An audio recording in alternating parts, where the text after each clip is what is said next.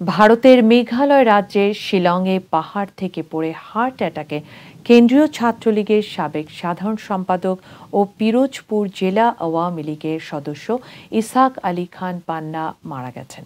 শনিবার সকালে ভারতের মেঘালয় রাজ্যের শিলংয়ে পাহাড় থেকে পড়ে হার্ট অ্যাটাকে তার মৃত্যু হয় বলে জানান পান্নার ভাগ্নে লাইকুজ্জামান তালুকদার মিন্টু।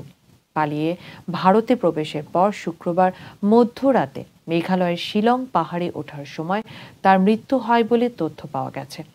পান্নার ঘনিষ্ঠ একটি সূত্র জানিয়েছে, আওয়ামী লীগ সরকার পতনের পর পরিবর্তিত পরিস্থিতিতে বেশ কিছুদিন আত্মগোপনে থেকে ভারতে পালাতে চেয়েছিলেন ইসহাক আলী খান পান্না।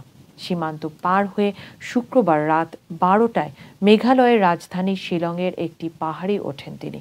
পাহাড় পার হয়ে ওপারে যাওয়ার চেষ্টার সময় হৃদরোগে আক্রান্ত হন, এতেই তার মৃত্যু হয়। সীমান্তের ভারত প্রান্তের একটি থানায় তার মরদেহ রয়েছে বলে একটি সূত্র জানিয়েছে। তবে বিএসএফ এর গুলিতে মৃত্যু হয়েছে বলেও দাবি করছেন কেউ কেউ। সামাজিক যোগাযোগ মাধ্যমে ছড়িয়ে পড়া একটি ছবিতে তার লাশের এক প্রান্তে রক্তের স্তূপ দেখা যায়।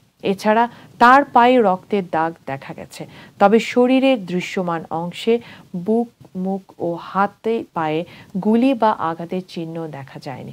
গত 5 আগস্টের পর থেকেই আত্মগোপনে ছিলেন পান্না।